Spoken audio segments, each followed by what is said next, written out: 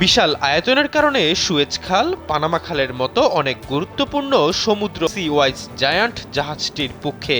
সেলফিন অ্যাপে দেশ বিদেশের যে কোনো জায়গা থেকে অ্যাকাউন্ট খুলতে পারবেন কোনো ঝামেলা ছাড়াই। সেলফিন, আগামীর ব্যাংকিং। 1979 সালে জাপানের ওপামার সুমোতোমো হেভি ইন্ডাস্ট্রিজ শিপইয়ার্ডে তৈরি করা হয় এই জাহাজটি। এটি নির্মাণের নির্দেশ দিয়েছিলেন এক গ্রিক ব্যবসায়ী, কিন্তু তৈরি হওয়ার পর সেই জাহাজটি তিনি কেনেননি। পরে 1981 সালে টিং চাও ইং নামে হংকংয়ের একজন ব্যবসায়ী এটা কেনার পর জাহাজের আয়তন আরও বাড়ানো হয়।